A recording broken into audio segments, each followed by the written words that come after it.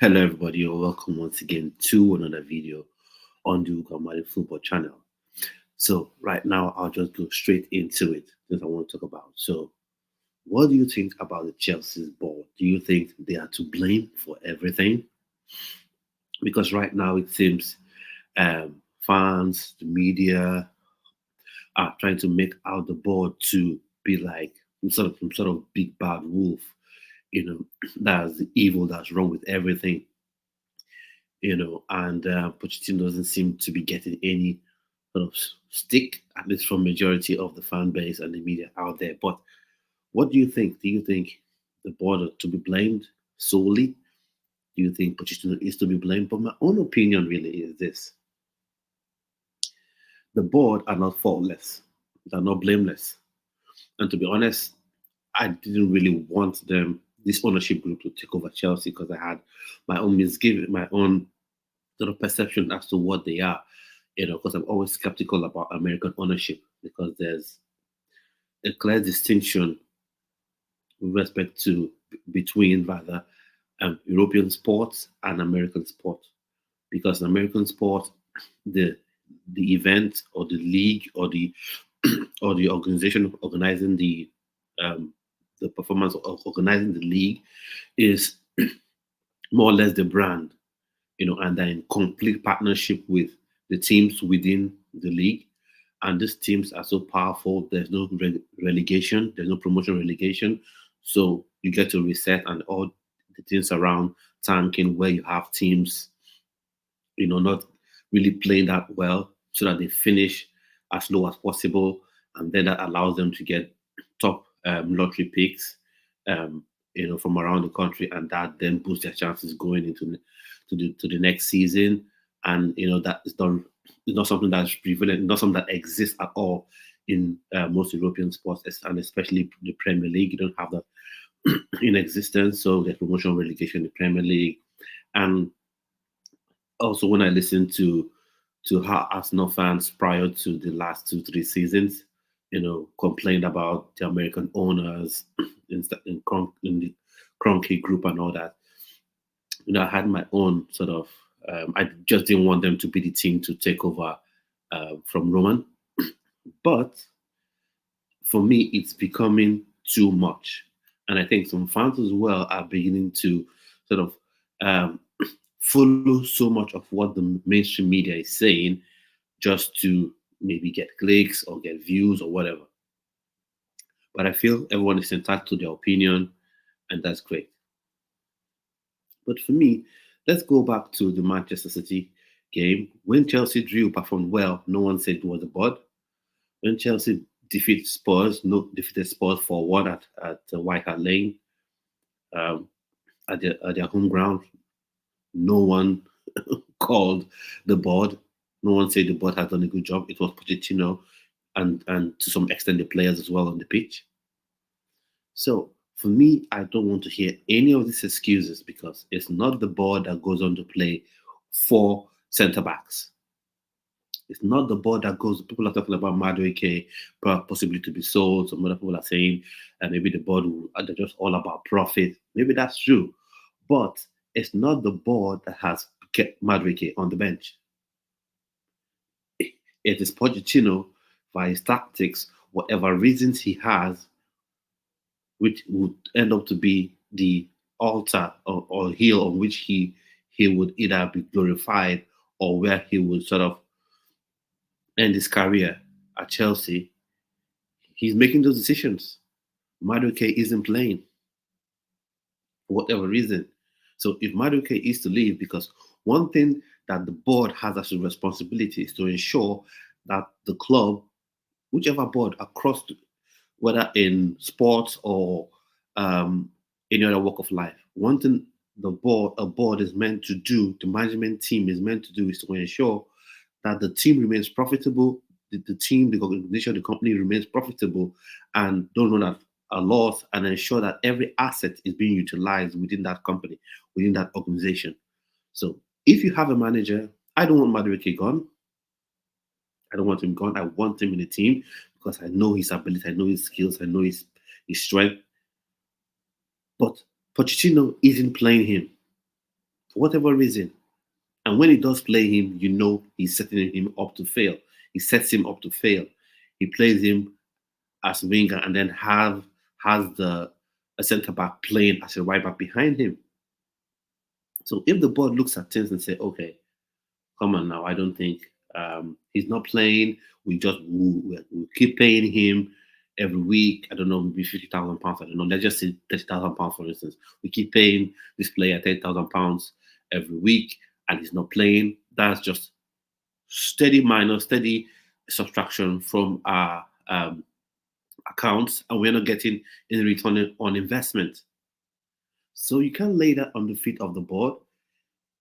Pochettino is the one who's not playing Madueke. Pochettino is the one that has three left backs. Chilwell has Cucurella, has Matson, and isn't playing and would choose still to play a centre back there. Okay, fair use in the last few games he's played Cucurella at left back. And then he's the one, if you complain about Ian Matson being sold, you don't blame the board. You blame Pochettino because he's the one that Cucurella could be injured. Chilwell is still obviously recovering from injury. He's the one that wouldn't play him there and would play Colwill as a left back instead.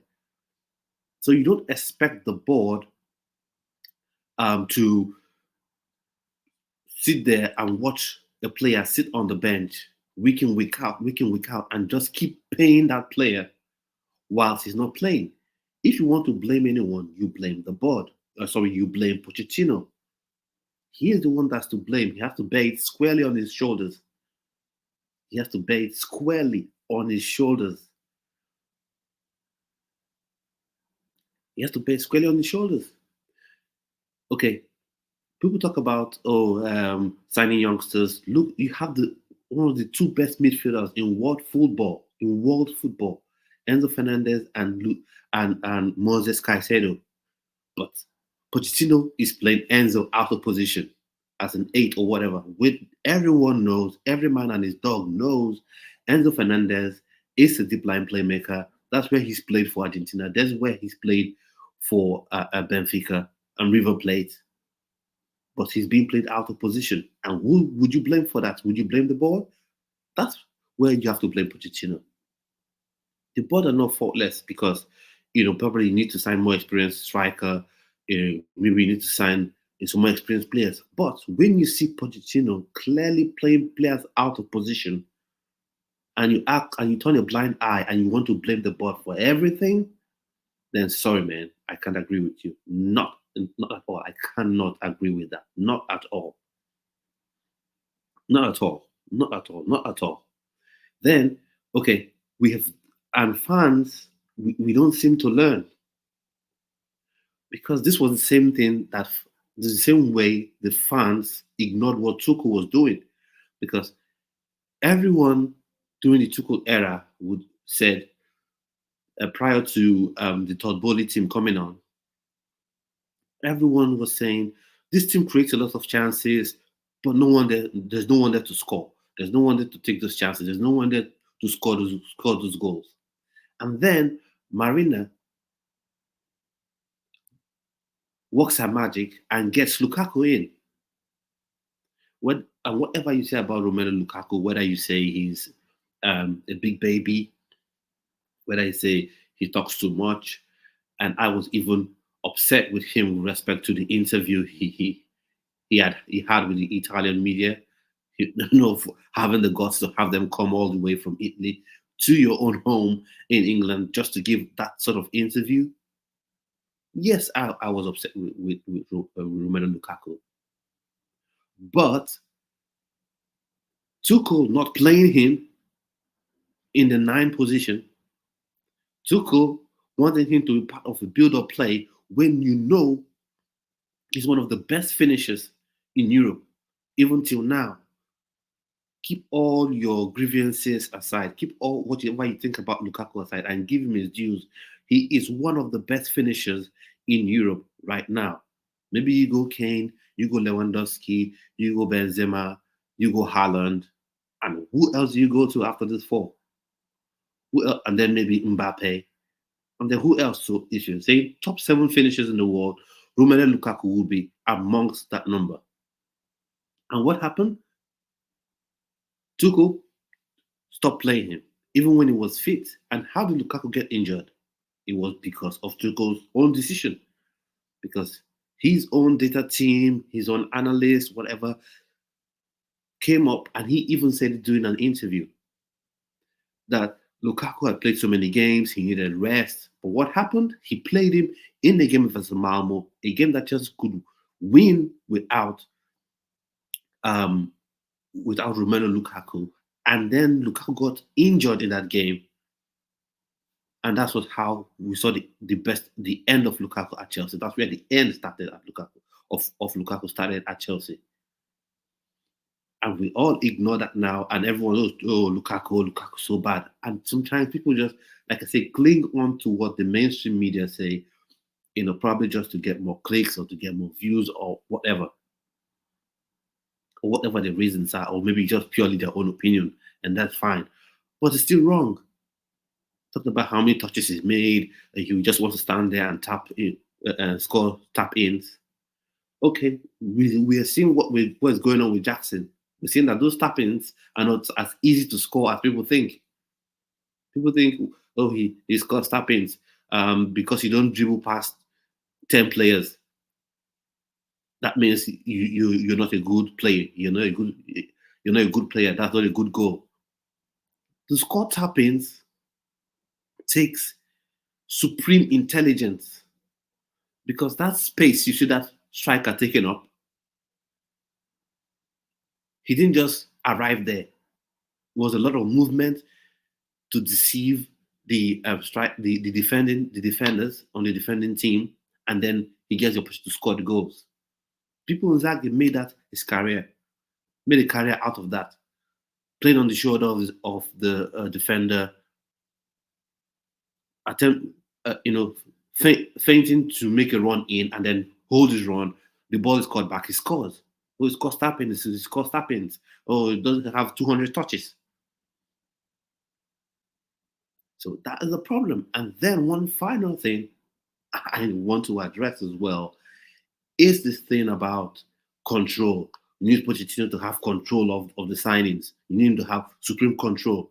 You don't get control of a team, of any organization, without equity being built up. Now, there are two ways you build equity, especially in football. Two ways. One, what you've done previously in a different club, at a different club. How many times have you won? How have your teams played? And then what the second one is what you've done in that club that you are at that time.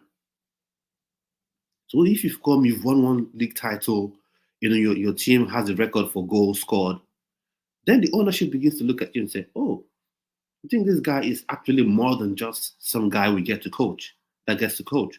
This guy actually should be, he actually should be given more control. We should, seek his ears, seek his advice. We should have our ears, and we should take what he says really, really to heart. When we're making decisions as to signing players and all that.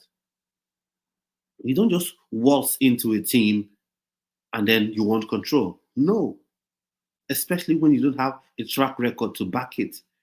Look at Pochettino. What is his track record?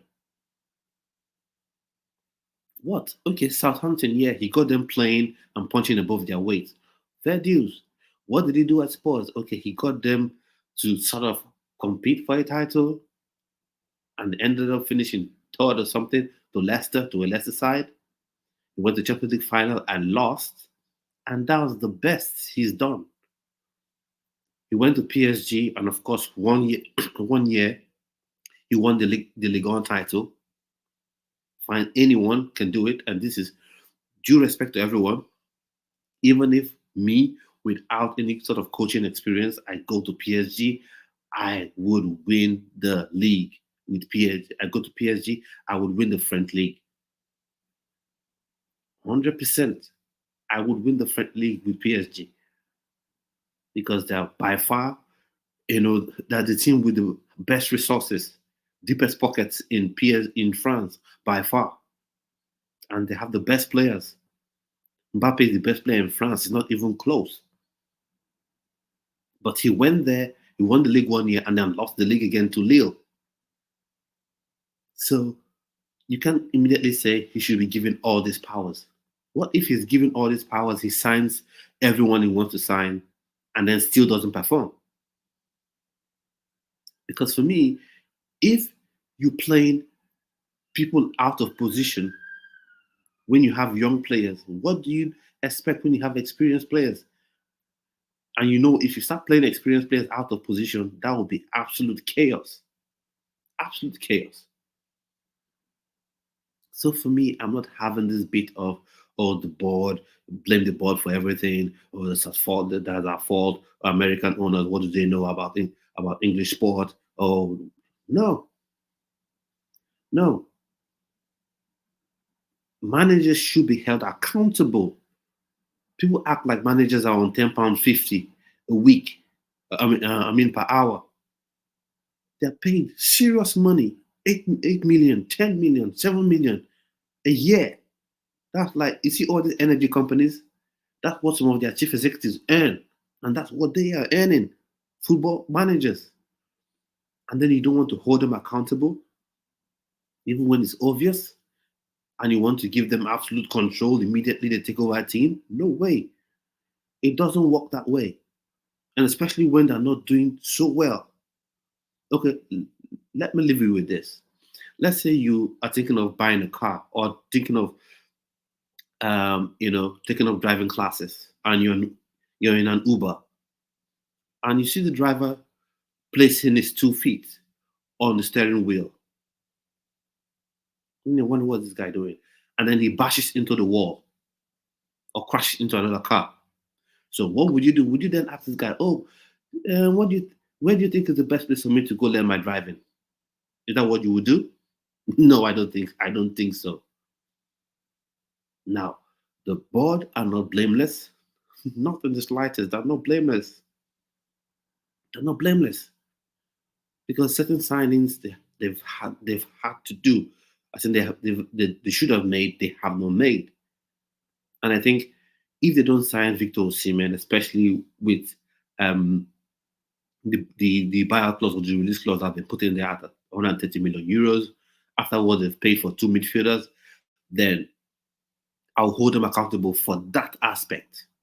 But you see, putting out the players on the pitch, because how I judge players, this may seem like a bit of a rant, how I judge players is when they're playing in their absolute best position and then they struggle. Then I can say, oh, wow, look at him. He's playing as a left back and he's struggling there. Or he's playing as Baji Shield, playing as a centre back, he's struggling there. Oh, this striker is playing as a number 9, but he's struggling there. And it's a striker that likes the ball played into his feet, and the ball is being played into the space for him to run into the channels as he usually would score goals, and he's not doing it. Then I say, that's his fault. But you can't keep doing this in where you want to make the ball, some sort of big bad wolf where you want to blame them. Now everyone seems to love Roman now. Everyone, every fan seemingly loves Roman. Seemingly, harkens back to the day when Roman was the owner of Chelsea. But when he was the owner of Chelsea, did everyone love what he did? He wanted to build a new stadium for Chelsea. There are people who were against it, seriously against it, that the stadium didn't get built. Whether you back them, you say they have the rights to the pitch, whatever, they stood in his way and he didn't build the stadium. I've mentioned Lukaku. Lukaku was signed to be the icing on the cake, to give the team what it needed, which was a finisher. And then Tuchel did whatever he chose to do with Lukaku, refused to play him in games, keep him on the bench, and required something different from him as opposed to require him to do what he was brought to do, which was to score goals. And everyone went on the sort of bandwagon of blaming Lukaku, leaving Tuchel without any blame, and then going on to blame the board as well. Oh, Marina Granskaya. Oh, did you get the kind of striker that Tuchel wanted? And we're doing the same thing again with Pochettino. He wants more say in the transfer window. Okay, what happens if he gets a striker and then plays him out of position? A striker he wants and plays him out of position, and the team struggles and he's sacked. What happens? And finally, why a team or a board can't give absolute control to. No, I'll make two more points. This is the first one. Why a team can't give absolute control to the ownership to a coach is there's one aspect of if he plays and he doesn't play well and he's sacked. What if he plays so well? His team plays so well, and then they win back-to-back titles, and then Argentina comes to say, okay, Mauricio would like you to coach the Argentine team going into the 2030 or 2034 World Cup. And as an Argentine, of course, if you're from any country you're from, if that country calls you up to coach or manage a side, it's something of pride and you want to take it. So what then happens if he then leaves and he signed all the players he wants to sign? He's given control to sign everyone he wants to sign. What then happens? So, and then lastly, this ties up to one of the first points I made. Alex Ferguson didn't walk into Manchester United one day and was given absolute control to Manchester United at Manchester United. Their level of control Ferguson had was far higher, at the point when he was leaving, when he retired and left Manchester United, than he had when he joined them. When he first joined them in 1986, I think. So, so this thing of control, give manager control. Clubs, this is not just to Chelsea fans, this is to every other fan. I think one thing we should get our heads out of is this thing where everyone is sort of envious of Arsenal and Man United fans because they've had coaches who have been at their clubs for a decade plus. That's not how football works anymore. You have to prove it every day, just like in life. You have to prove that you're worthy of any additional power, additional control, additional sort of reward. You have to prove it. What is he doing? Is he getting the best out of the players? So let me ask you this question before I go. Would you, if you were the chairman of the board, you had the ultimate say so, let's say you had 52% control of Chelsea, for instance, would you give Pochettino the power to sign players, to do whatever he wanted because he was the manager? Would you do it? Let me know in the comments below. So at this point, I think this has gone. This video has been is longer than I expected it to be, but I just felt I had to speak on this. So would you blame? Do you actually blame the board? And that you really disagree with me on that? Let's know. So come to the end of today's video. Please like this video and subscribe to this channel. And my preview to the game versus Sheffield United will be coming up either later today or very, very early tomorrow. So keep your eyes peeled on this channel for more videos like this. So do have a splendid rest of your day.